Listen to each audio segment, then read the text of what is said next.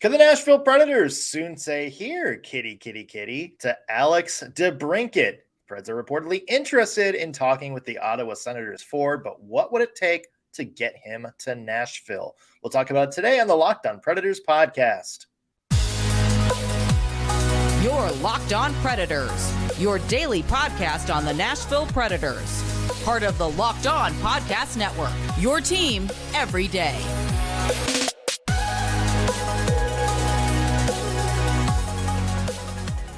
Welcome to another edition of the Locked On Predators podcast, part of the Locked On Podcast Network, your team every day. We appreciate you making us your first listen of the day.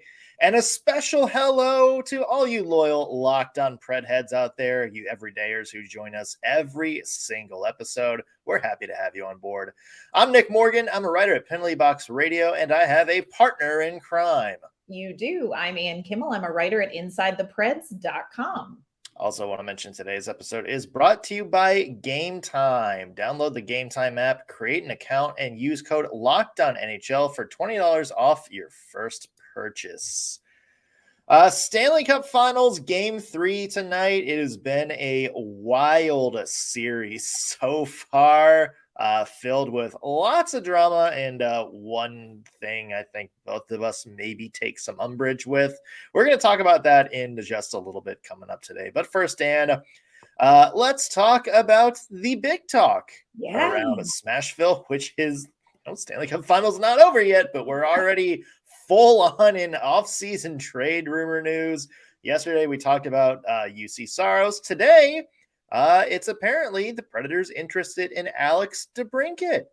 Yeah, so this news kind of filtered out slowly yesterday. Apparently, Alex Debrincat's agent presented the Ottawa Senators with a short list of teams that he would be very interested in. Pierre LeBrun speculates that Nashville is on that short list. So it really begs the question, is this a good fit, and what would something like this look like? And I got to tell you, a little bit intrigued by this entire scenario myself. I think you were sold the minute I told you that he has a dog named Ralph Debringdog instead of Debrincat, Debringdog. Right there, I'm like, we've got the cap space. I don't really need statistics. This is just somebody we need in Nashville. Debringdog, yeah, like 100% here for this guy. Think of the Instagram content. I wonder if the dog has an Instagram. I don't know. I'm sure we can look that up somewhere. There's pictures everywhere. Sarah Giles and Emma Lingen are salivating over the thought of getting Alex Debrincat content on the Nashville Predators social feeds. Let's go. Yeah. Let's talk about this fit because it's interesting that Debrincat had the Predators on his short list, but this is a guy who played in in a side of the conference where Andrew Burnett was just an assistant coach, played in the division where, he was a head coach for a while. So knows his style. I think certainly knows Barry Trotz. I think he probably knows what the Nashville Predators are trying to do in terms of making their offense a little bit more offensive minded.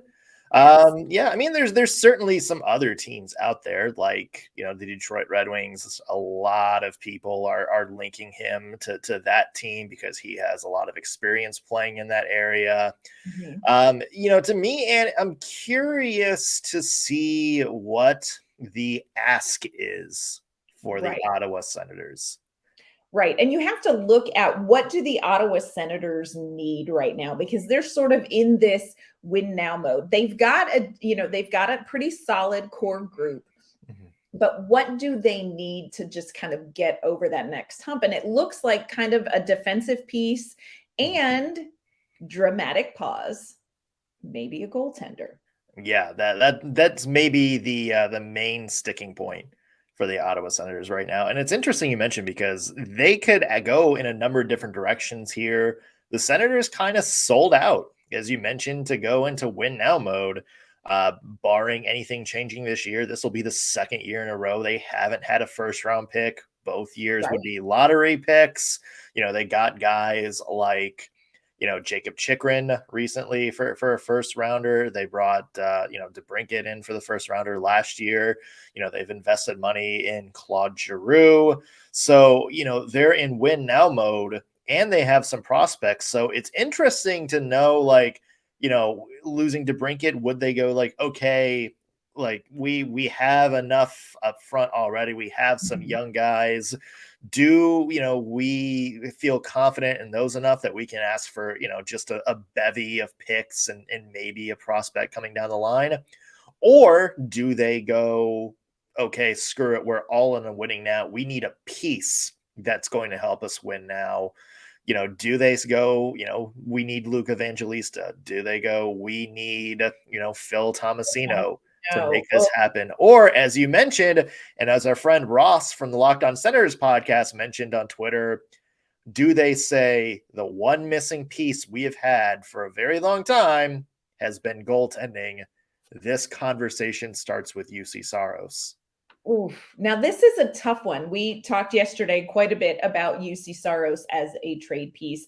And I just want to read some of the comments that we got on our YouTube page about this, because great. They were fantastic, y'all. There were some very clear sentiments, and I thought some really good points. So AJ Evans on our YouTube community page said, I understand prospects and picks, but with how the Preds did in trades recently, they have a good enough pick haul. And of course, prospects are just prospects at the end of the day, which I think is an interesting point. It's hard to get a single player better than Saros. We just don't need to assume we'll be fine with Kevin or Yaroslav. There are teams that have been in goalie purgatory for so long that would kill for a Saros. I think that's very true. There are teams that would kill for a Saros, but what are you going to get back? And here's, I love this one. The Sammy P on YouTube said, it will take the next decade of firsts and the fountain of youth so we can convince Pekka to return for me to be cool with trading Saros. Yeah. I mean, sure. Yeah. Reading my mail. Right. Yeah. And then Jerry C., who is one of our Locked On Pred heads, said, sure, I'd trade Saros for both McDavid and Draisaitl and McDavid's firstborn male child. Otherwise, no deal. But I agree with you. When you're looking at Alex Debrincat and the Ottawa Senators in a deal, what would they love to get their hands on? A goaltender. Mm-hmm. So how does that, here's the thing though, if you're trying to pry UC Saros out of Barry Trotz's cold dead hand, is that going to be enough? You come with a lot more than Alex Debrincat. You got to come with a lot more than that. Yeah, and that hits on something I think maybe we'll talk about coming up here in the next segment. It was just kind of the pros and cons of Alex Debrincat's game. But here's the thing. If you trade UC Saros, UC Saros is a game-changing goaltender. Not just a game-changing, but somebody who gives your team, maybe 15, 16 wins. Like we saw this year, above average than they would have without him. You better get somebody in that package who does that same thing that UC Saros does. Yes. And I think that's sort of the question mark is Alex Debrincat that guy, like that centerpiece that is going to be like the Matthew Tkachuk for the Florida Panthers, where he routinely, scores 40 goals, 90 points every single year? Or is he just going to kind of be, another good piece, but just another piece? And that to me is maybe the sticking point when it comes to talking about UC Saros as part of this deal. I agree. Yeah. More on Alex Debrincat's game coming up in a little bit. Maybe a downside for the Predators bringing him in just 1 second. Plus, we'll talk about tonight's Game 3 of the Stanley Cup Finals. And one thing about this series that has really bothered me so far. Get into that in just a little bit. But first, I want to mention today's episode is brought to you by Gametime. Let me tell you, there is a big reason that Gametime is becoming one of the fastest growing ticketing apps in the entire country. And that's just because of how easy it is to get great deals on tickets. I'm going to Chicago in a couple of weeks. I wanted to see a game on Wrigley Field. Check Gametime out. Got some great seats.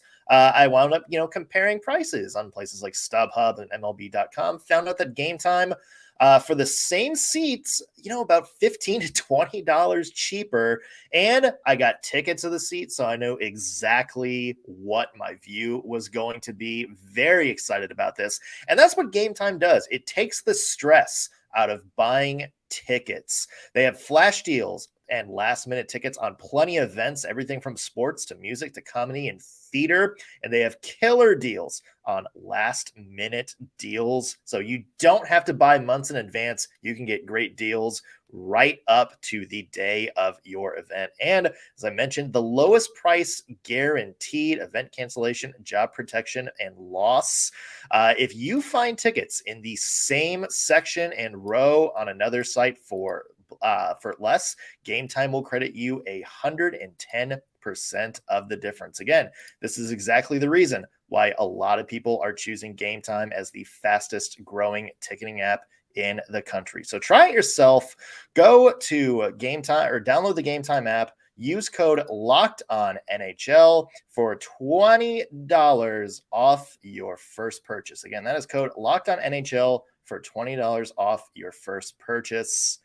All right, we're talking about the link between Alex Debrincat and the Nashville Predators. Reportedly, Alex Debrincat has asked for a trade out of Ottawa, or at the very least, the Ottawa Senators have decided to move on from him.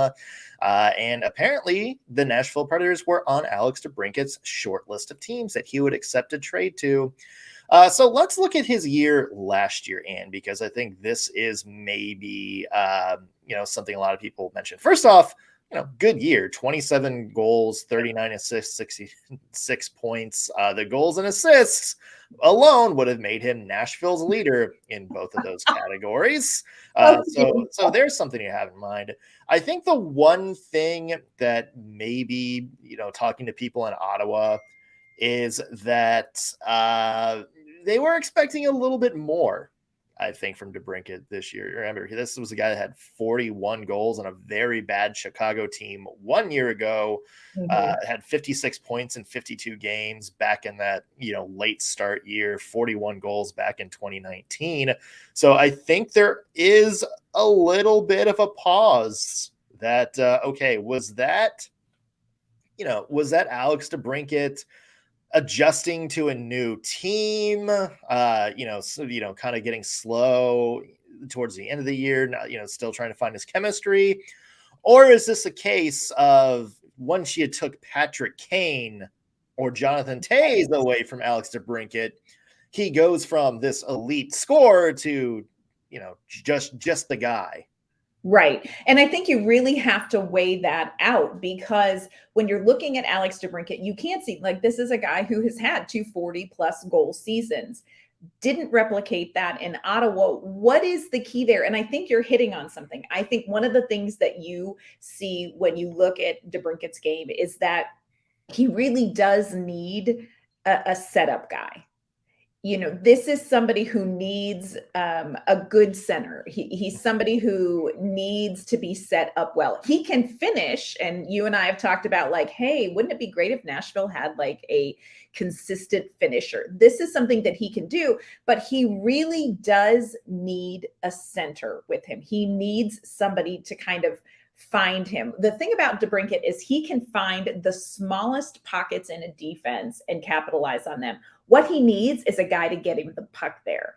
Yeah. And so you have to look at who do the Nashville Predators have that can be that guy for Alex Debrincat? And, Ryan Johansson is, could we get Johansson back to old Jofa form where he is that, creative setup guy?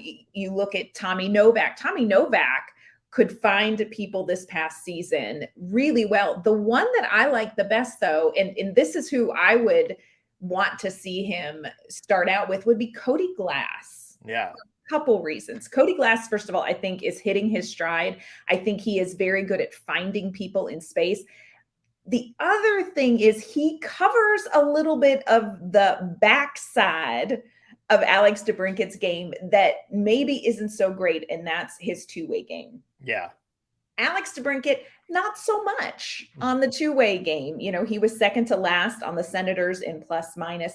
Cody Glass was second best with the Nashville Predators, next only to Ryan Patrick Yeah. in plus minus this season. So I'm like, if you have somebody creative like Cody Glass who could find DeBrincat in those spaces and also be a really good responsible two-way center with him on the ice, and then throw in a little Roman Yossi on the ice at the same time, and you could have two really solid setup guys with DeBrincat, but you have to have that. And the other end of the ice, like if you're going to put him on the other wing, is Phil Tomasino, who has proven to be maybe one of the best setup guys Yes. on the Nashville Predators, assuming he makes the team out of camp next year. If he doesn't, I feel like there's a conversation somewhere that we need to have, in some regard.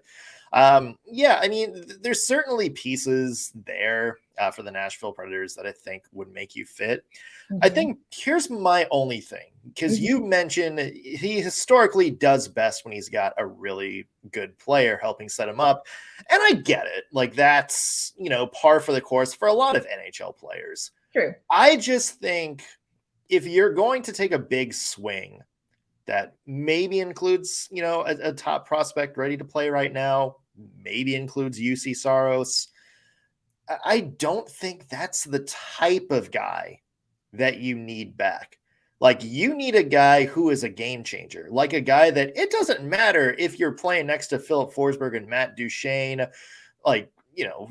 Connor McDavid and Leon Draisaitl, or Michael McCarron and Mark Jankowski. You need a guy that is going to go out there and be an elite player, an 80 to 100 point guy, regardless of who's on the ice. You're the guy that takes charge. You're the guy that, elevates everybody else. That's the kind of guy you need to do or get on your roster if you're going to take a swing like this. And, here's the thing, like the Nashville Predators have taken at least 3 swings at those type of players, maybe 4, depending on how you view Mikael Granlund over the last 6 or 7 years.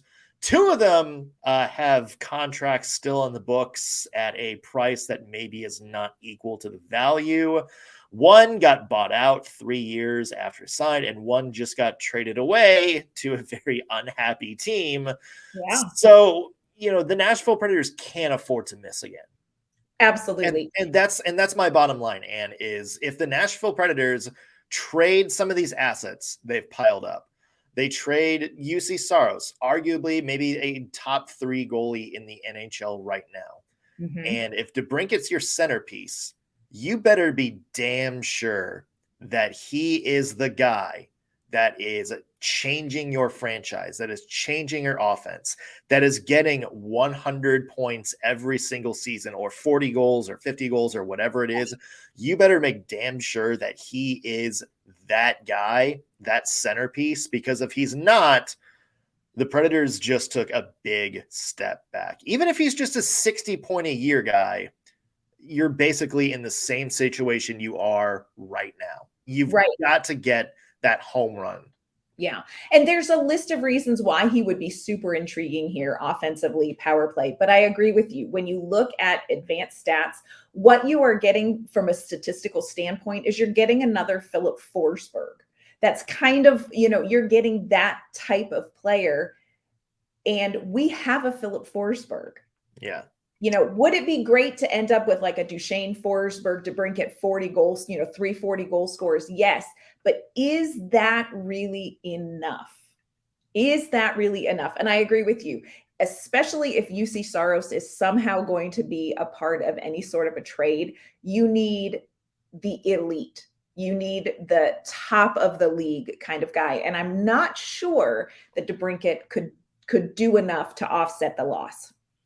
Maybe. I mean, again, this is just speculation because I think we're going based on his 1 year in Ottawa. And, who knows? Maybe that was sort of a, just a 1 season kind of thing. He's getting used to a new team, this and that. Maybe he goes back to what he was in Chicago a couple of years ago.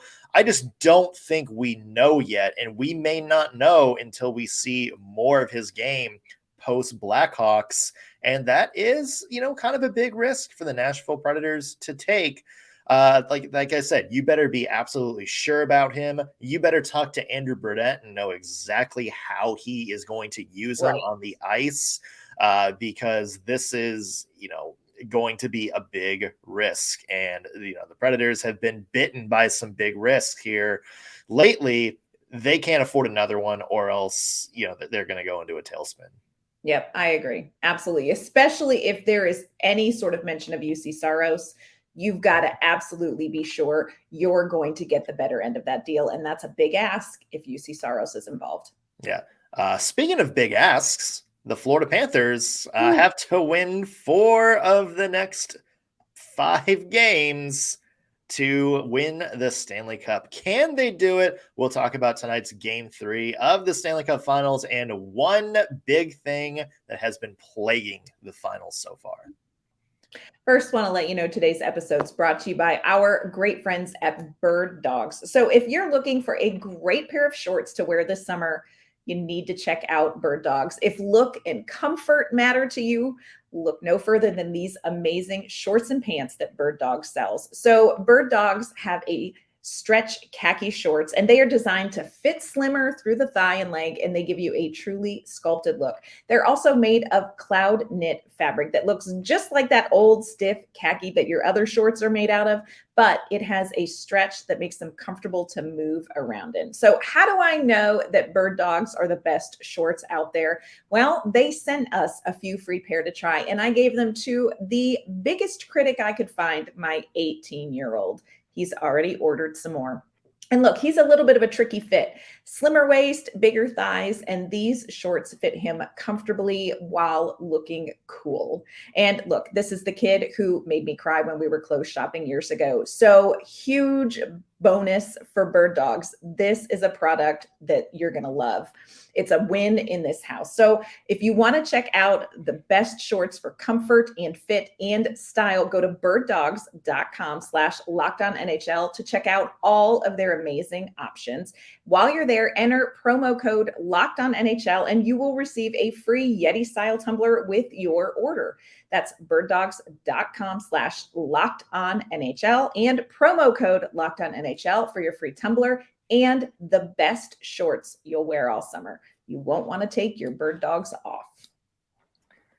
All right, Stanley Cup Finals Game 3 tonight. The Vegas Golden Knights lead the series 2-0 in 2 games that weren't really particularly close. And the biggest question is, you look at the series so far, Florida's got their big opportunity tonight on home ice to kind of turn the tide. Can they do it? You know what? I wouldn't count them out yet. The last 2 games, especially game 2, they did come out and they looked flummoxed through a lot of that game. That was a tough loss. But I think coming back to home ice, I think having a minute to sort of do a reset, cleanse the palate. I'm not counting Florida out tonight, but it's been a very interesting series. Just 2 games into this, and I think there's a lot of storylines coming out of the series. I think the biggest one, though, is officiating. I want to get your take on what do you think about the officiating so far in this series, Nick? I'm very curious.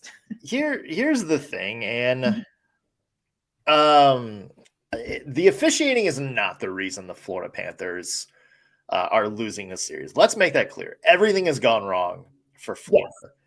Yes. I just think it has been maybe inconsistent, maybe skewed in favor of the Golden Knights, at least these first 2 games.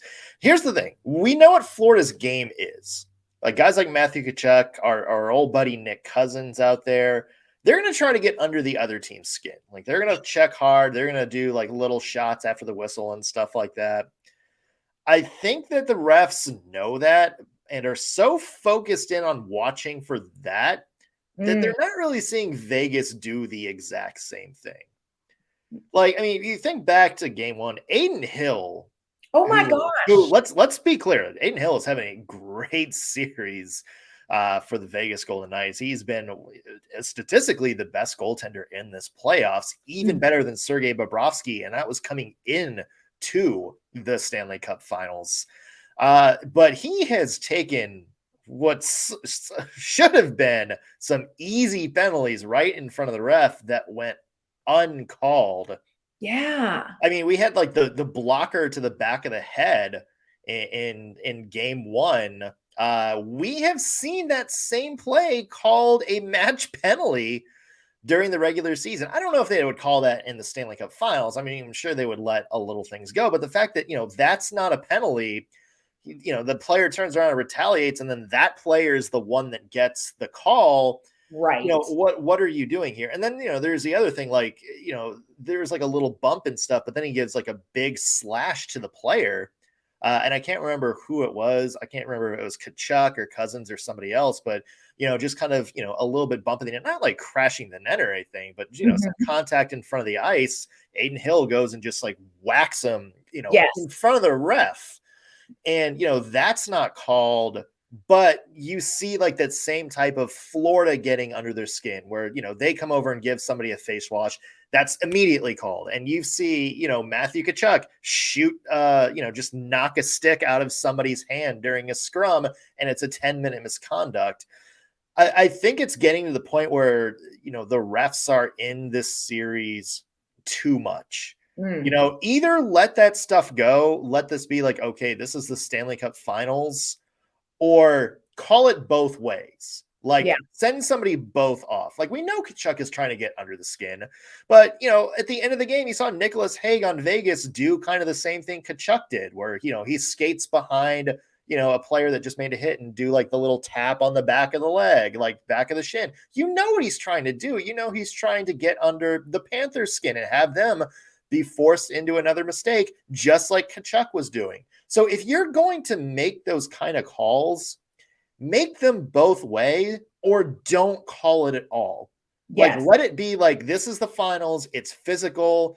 These teams are trying to get under each other's skin. Just be consistent and look for both teams. That's my biggest thing, is I feel like the refs have become way too much of a, I'm not going to say influence in the game, because again, Vegas won both games without the referees' help.